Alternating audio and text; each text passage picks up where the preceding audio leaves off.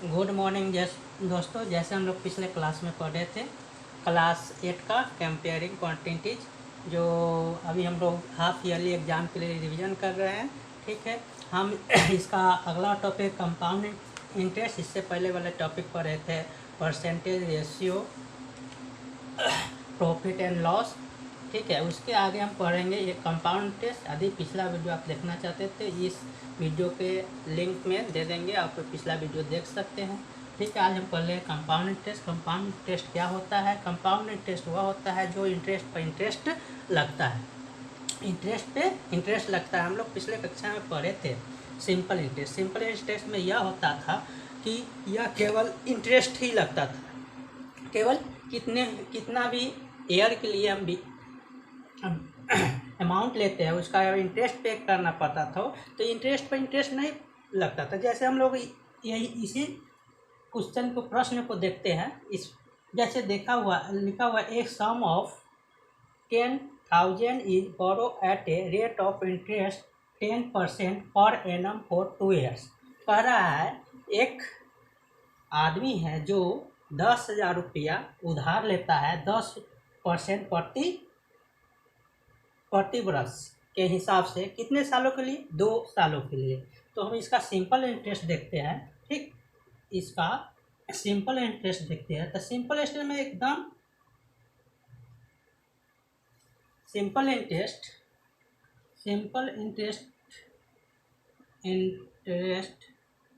क्या होता है? इसका फॉर्मूला होता है, क्या होता है? प्रिंसिपल गुने रेट गुने टाइम बाई 100 होता है। तो हम इस प्रश्न से देख लेंगे प्रिंसिपल कितना है। जो अमाउंट दिया होता है वह प्रिंसिपल का रहता है। ठीक, जो इंटरेस्ट रेट होता है, रेट हमेशा रेशियो में दिया रहता है।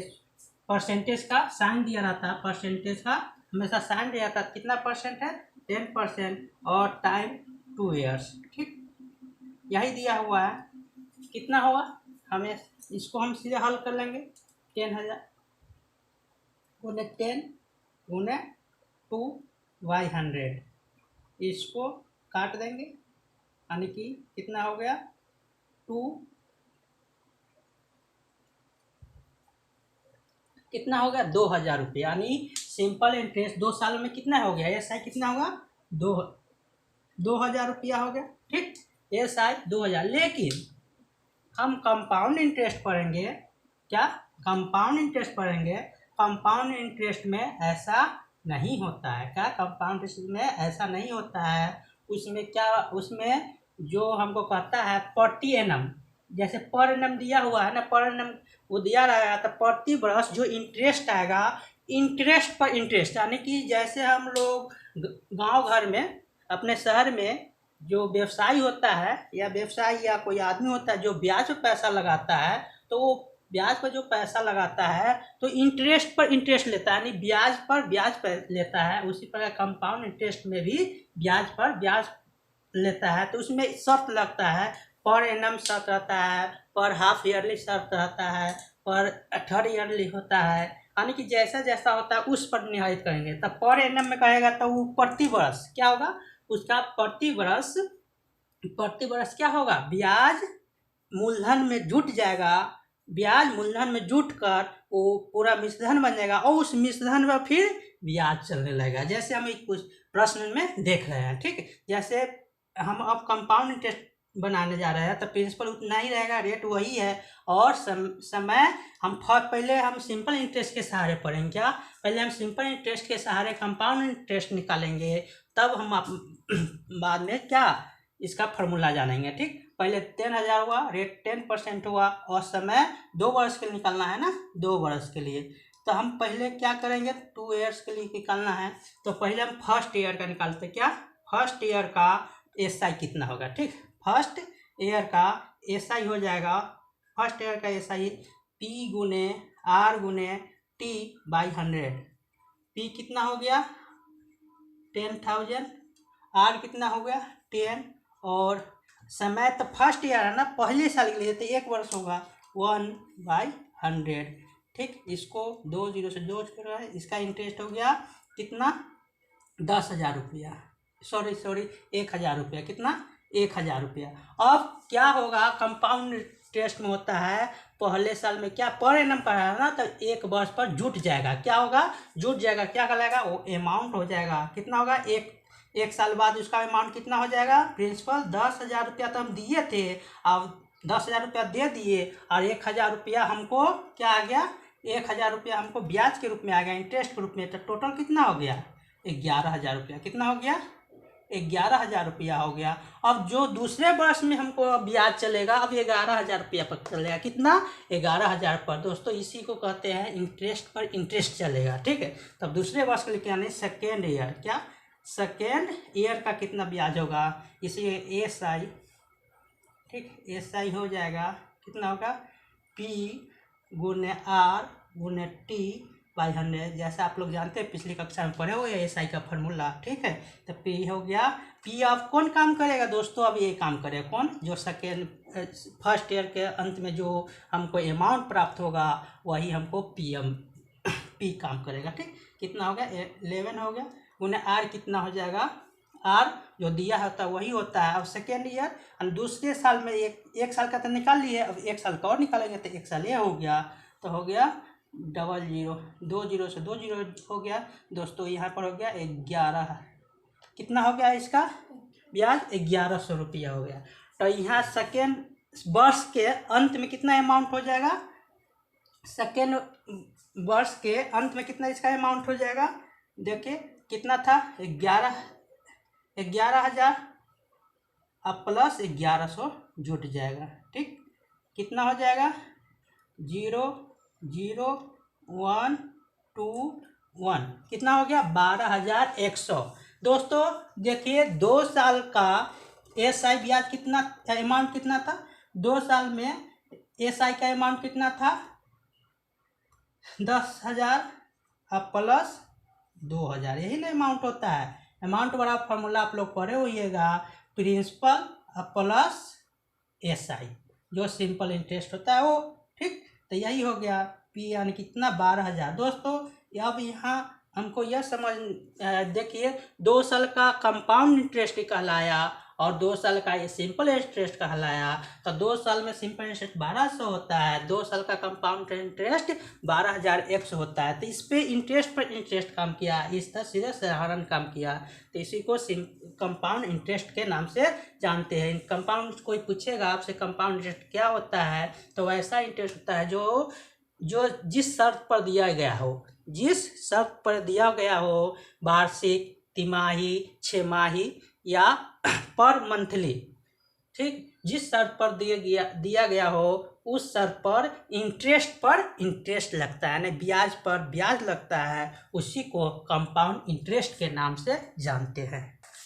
दोस्तों अब हम आज अगले वाले प्रश्न देखते हैं, ठीक है। अब अगले वाले प्रश्नों को हम फार्मूला के आधार पर बनाएंगे, क्या फार्मूला पर SI के सहारे नहीं बनाएंगे, अब फार्मूला के आधार पर बनाएंगे, ठीक है। फार्मूला पर बनाने में बहुत ही आसान होगा, ठीक है, कैलकुलेशन कम होगा, उसमें कैलकुलेशन ज़्यादा था, इसलिए हम फार्मूला के आधार पर बनाएंगे।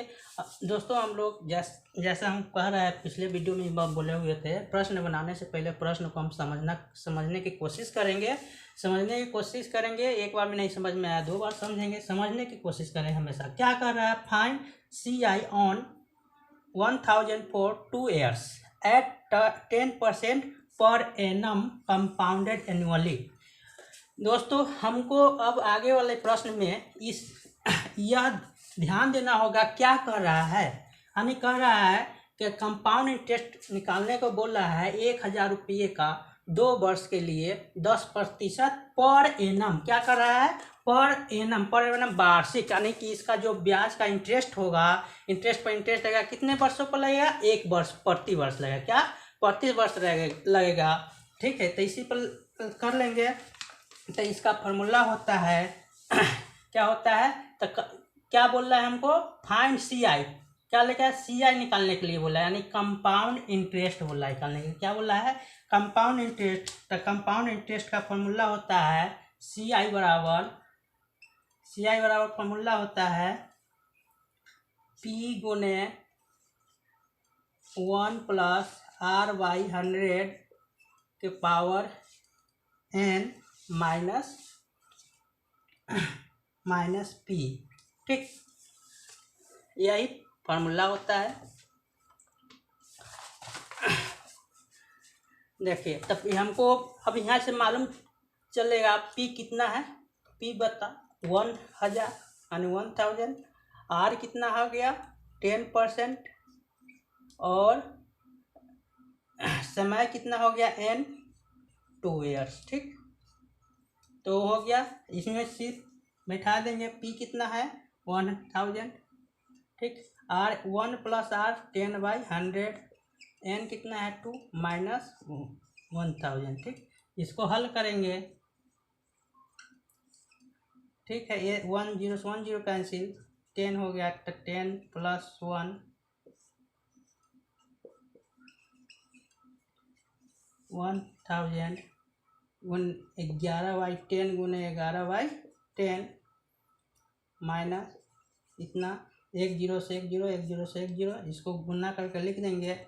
इतना होगा 11 1 नहीं 121 1210 माइनस 1000 माने 210। कितना हो गया इनका इंटरेस्ट 210 रुपया। इसके सहारे से बहुत ही आसानी से हम लोग हल कर लेंगे। ठीक है, अगले चलिए दोस्तों हम अगले प्रश्न पर आए हैं। ठीक, अब हमको पढ़ना है।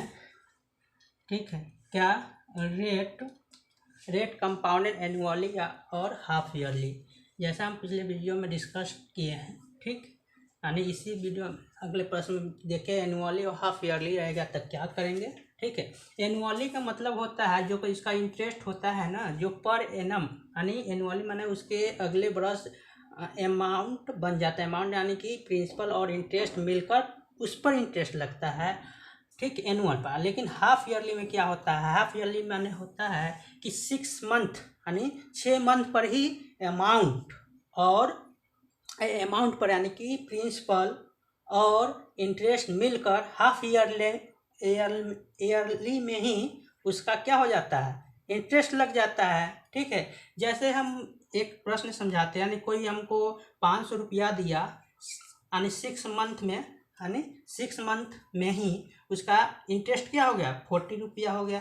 तो उसका कितना होगा 5। अब इस पे हमको क्या इंटरेस्ट लगना है, यानी 6 मंथ में ही इस पर इंटरेस्ट लग रहा था। हाफ ईयरली में ऐसा होता है। लेकिन एनुअली में क्या होता है, एनुअली में ऐसा नहीं होता। वह 1 साल बाद यानी कि 12 मंथ बाद इंटरेस्ट जुटता है, प्रिंसिपल में अमाउंट बनता है, तब उस पर इंटरेस्ट लगता है। ये हाफ ईयरली में क्या होता है, या हाफ वर्ष मैंने 6 महीने में ही। तो इसको दोस्तों क्या करते हैं, देखिए इसको क्या करते हैं, इसको जो ईयर दिया रहता है, यानी ईयर लिया जाता है, उसमें 2 से क्या मल्टीप्लाई करते हैं, क्या करते हैं 2 से मल्टीप्लाई करते हैं। और जो रेट होता है, जो रेट दिया रहता है, उसमें क्या करते हैं, जो रेट दिया रहता है उसमें 2 से डिवाइड करते। क्या करते हैं 2 से डिवाइड करते। ठीक है, जो दिया था हमको कब ऐसा करना होगा, हाफ ईयरली निकालना हो तब। हाफ ईयरली निकालना हो तब 2 से मल्टीप्लाई करेंगे और ईयर में और रेट में क्या करेंगे 2 से डिवाइड करेंगे। चलिए हम इस प्रश्न को देखते हैं। अगले क्या बोल रहा है, इस प्रश्न में बोल रहा है what amount is to be repaid on a loan of 12,000 for 1.1/2 यानी डेढ़ ईयर्स। ठीक है, 1 year half eight 10% per annum compounded half yearly. दोस्तों यहाँ दे दिया है compounded half yearly. Half yearly में अभी हम बताए हैं। ठीक है, इसको पहले हम अमाउंट लिख देते हैं। क्या अमाउंट कितना लिया था, प्रिंसिपल कितना, इसका प्रिंसिपल कितना लिया था बैंक से लोन 12,000।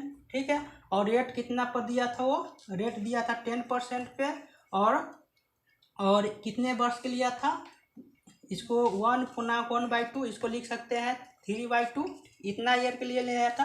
दोस्तों हम यहाँ ये और कंपाउंड क्या हो रहा है, हाफ ईयरली हो रहा है। तभी हम बताए हैं ऐसा प्रश्न हाफ ईयरली दिया रहा है तो उसमें रेट में 2 से डिवाइड करते हैं। रेट में क्या करते हैं 2 से डिवाइड करते हैं, और रेट में 2 से डिवाइड करते हैं और ईयर में 2 से मल्टीप्लाई करते हैं। ठीक है, तो कितना हो गया 3, यानी हाफ ईयरली के लिए क्या, हाफ ईयरली के लिए रेट कितना होगा 5% और समय कितना होगा 3।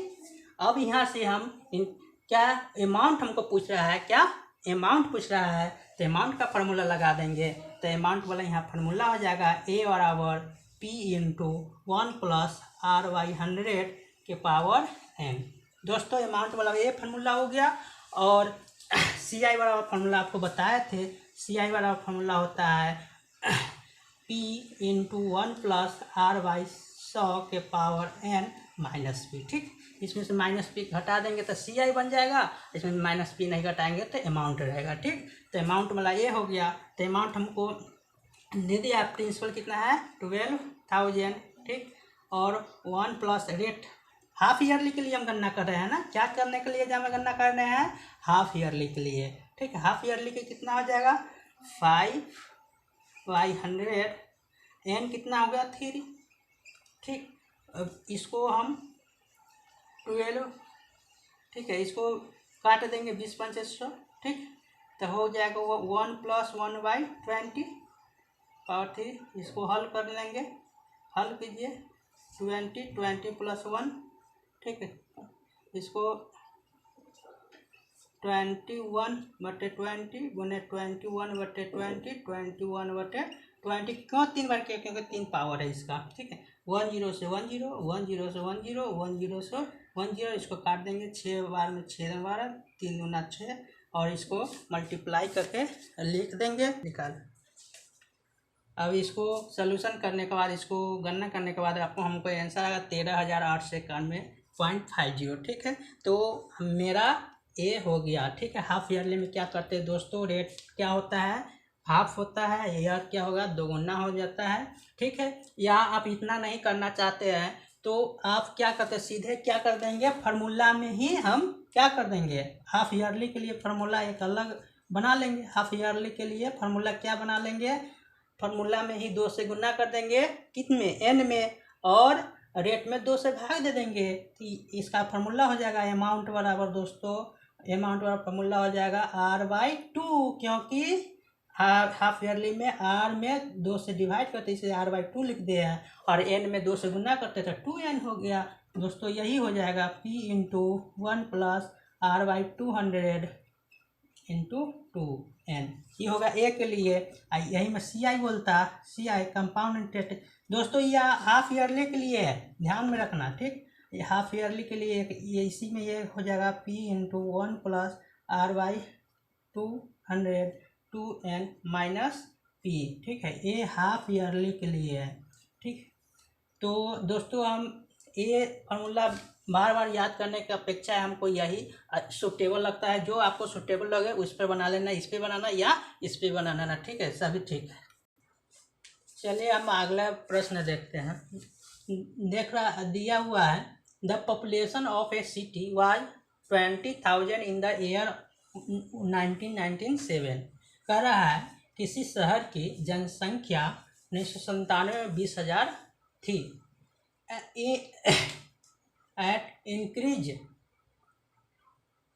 It increased at rate of 5% per annum। कह रहा है शहर की जनसंख्या 5% की दर से प्रति वर्ष बढ़ रही है। Find the population at the end of the year 2000, यानी कि 2 वर्ष के अंत में, 2000 साल के अंत में उस शहर की जनसंख्या क्या होगी। दोस्तों देखिए, इंक्रीज कर रहा है 5%, क्या कर रहा है इंक्रीज हमेशा कर रहा है 5%, तो इंक्रीज में हमेशा प्लस ही रहता है ना। तो इसको हम दो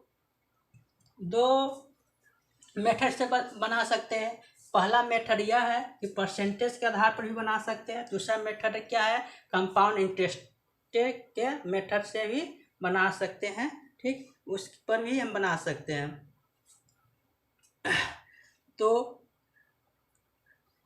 इसको हम 2 मेथड से बना सकते हैं।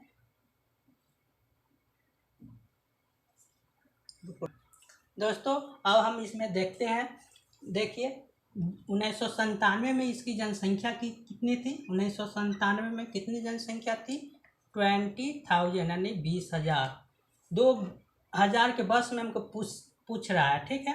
तो 2,000 वर्ष में हमको पूछ रहा है इसकी जनसंख्या कितनी होगी, और कितना समय हो गया, 3 ईयर। कितना हो गया, 3 ईयर हो गया। और रेट कितना दिया है, रेट परसेंट दिया है हमको 5%, ठीक है। तो इसको हम पहले क्या परसेंट के आधार पर बनाते हैं, परसेंटेज के आधार पर बनाते हैं। तो देखिए दोस्तों, ठीक है, परसेंटेज हम लोग पिछले ही वीडियो में डिस्कस किया थे। कोई भी परसेंटेज होता है वो हमेशा इंक्रीज किया है ना, हमेशा 100 होता है, इंक्रीज करता है 5% बढ़ जाता है। तो टोटल इंक्रीज 100 पर कितना हो गया, 105%। कितना, 105। तो किस पर बढ़ेगा, 20,000 पर, ठीक। 20,000, सॉरी, हाँ 20,000। तो 20,000 कितने वर्ष के लिए, यानी 3 वर्ष के लिए। प्रथम वर्ष 105 बढ़ेगा, तो दूसरा वर्ष 105 बढ़ेगा, तीसरा वर्ष 105 बढ़ेगा। तो ऐसा ही करके 105 हो गया। 105/100 गुने 105/100 और गुने 105/100। ये हो गया। क्या हो, किस मेथड से हो गया, परसेंटेज के मेथड से निकालेंगे। जो आपका कैलकुलेशन करने के बाद जो आंसर आएगा वही आपका आंसर हो जाएगा, ठीक। अब हम लोग कैलकुलेशन करने के बाद आपको आंसर आएगा 23,152.5, ठीक। अब हम क्या कंपाउंड इंटरेस्ट के आधार पर बनाते हैं। कंपाउंड इंटरेस्ट का देखिए, इसका पी कितना हो जाएगा, पी हो जाएगा 20,000। रेट कितना हो जाएगा, 5%। और ईयर कितने साल में, 3 ईयर कितने साल में हो जाएगा, ये बता रहा है। और अब इसमें हम ये ध्यान देंगे कि कब होता है। तब पर एनम दिया है दोस्तों, क्या करना है, पर एनम। तो पर एनम ना समय में गुना करते ना रेट में भाग देते हैं। तो इसी प्रकार बना देंगे। तो अमाउंट वाला इसका फॉर्मूला होता है। तो अमाउंट वाला होता है P × 1 + R/100 के पावर n, यही होता है ना। तो P कितना हुआ, 20,000। 1 + R कितना, 5/100, और n कितना हो जाएगा, 3। इसको कर लेंगे हल, सॉल्यूशन करेंगे, ठीक है। 20 × 100 और 1 + 1/20 के पावर 3। इसको हल करेंगे 20,000, इसको 20 + 1, ठीक है, 3। 20,000, इसको 21/20, 21/20, 21/20। इसको हल करने पर आपको आ जाएगा 23,152.5, यही आंसर हो जाएगा आपको दोस्तों। ये हो गया कंपाउंड इंटरेस्ट के सहारा था, ये हो गया परसेंटेज के आधार पर सहारा से, ठीक है। इसी में इंक्रीज करता। यदि हमको डिक्रीज बोला रहता, यदि 5% डिक्रीज, यानी कि कह रहा है किसी गांव की जनसंख्या 1997 में 20,000 थी, लेकिन किसी जैसे अभी कोरोना आया था, कोरोना की वजह से 5% घट गई। क्या, 5% पर एनम घटते चल गई। तो 3 वर्ष यानी 2,000 साल में, ठीक है, कि कितनी उसकी जनसंख्या बची थी, है।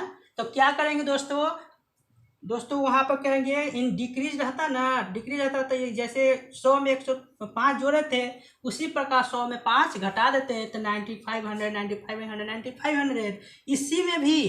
इसमें भी माइनस कर देते दोस्तों।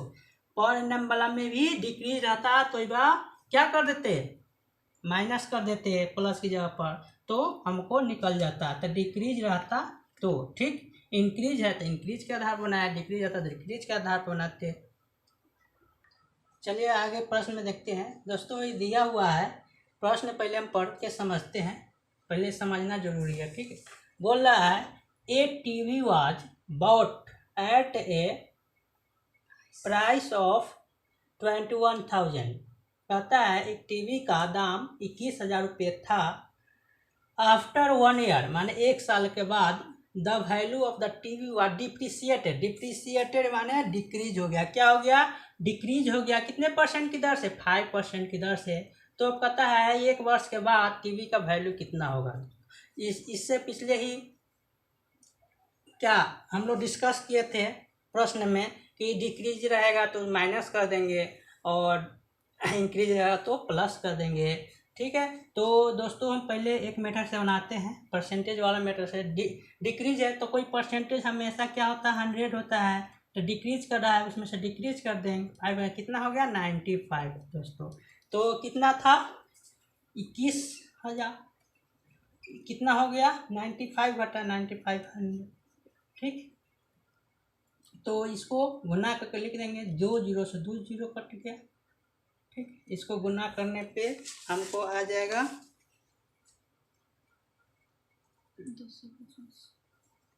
19,950, ठीक, ये आ जाएगा। फिर हम अब उस मेथड से बनाते हैं, ठीक है। तो अमाउंट वाला मेरा दोस्तों हम बोले हुए डिक्रीज होगा, तो यहाँ प्लस के बदले माइनस हो जाएगा। क्या होगा, प्लस के बदले माइनस हो जाएगा R/100। यह ध्यान रखिएगा दोस्तों। 5 हो गया, ए हो गया कितना, ए यानी कि सॉरी ए तो हमको निकालना है पी मैंने प्रिंसिपल, पी वही जो एक वर्ष पहले था 21,000। रेट कितना हो गया 5%, कितने सालों के निकालना है 1 ईयर के लिए। और यह देखना है पर एनुअली है, पर नहीं कुछ बोल रहा है तो पर एनुअली होगा, ठीक है। तब होगा पी हो गया 21,000, 1 माइनस रेट हो गया 5/100, एन है नहीं ईयर कितना है 1, इसको हल करेंगे 21,000, ठीक है। 20 पन से 100 हो गया, 20 LCM 20 - 1/1, इसको हल करेंगे 21,000 गुने 19/20, इसको काट देंगे, 0 से 0 करेंगे और इसको काट देंगे 105, ठीक, 1 0 और इसको हल करेंगे, जो आंसर होगा वो होगा 0 19 25 95